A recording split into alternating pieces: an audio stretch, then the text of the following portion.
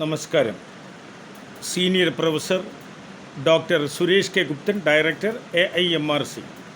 ഇന്ന് നമ്മളുടെ പ്രധാനപ്പെട്ട മെഡിക്കൽ റിസർച്ച് ടോപ്പിക് എന്ന് പറയുന്നത് omega-3, ഈ ഫിഷ് ഓയിൽ എന്ന് പറയുന്ന ഈ ALA, DPA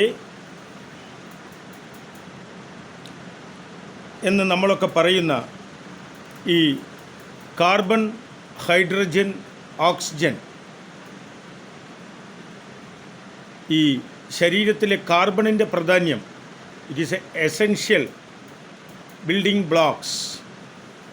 ഹൈഡ്രജൻ, ഓക്സിജൻ, ഇതിൻ്റെ അമിത അളവിൽ C60, H92O6 എന്നാണ് ഈ omega-3 ജനറിക് ആയിട്ടുള്ള സ്പ്ലിറ്റ്.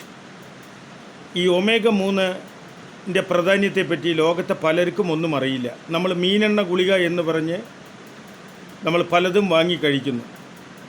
35% മാത്രമാണ് യഥാർത്ഥ omega-3 മനുഷ്യർക്ക് കിട്ടുന്നതെന്നാണ് ഞങ്ങളുടെ ഒരു ഗവേഷണം.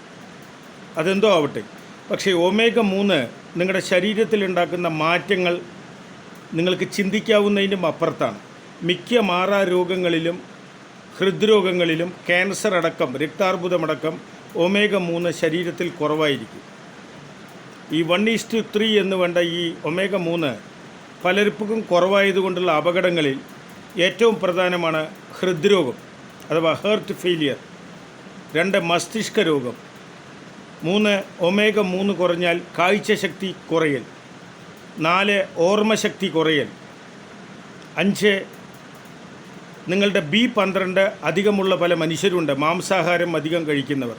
അത് കുറയാനുള്ള ഏറ്റവും എളുപ്പവഴി omega-3 ഉപയോഗിച്ചാൽ നിങ്ങൾക്ക് B12 എന്ന് പറയുന്ന അമിതമായ ആ വൈറ്റമിനെ ശരീരത്തിൽ നമുക്ക്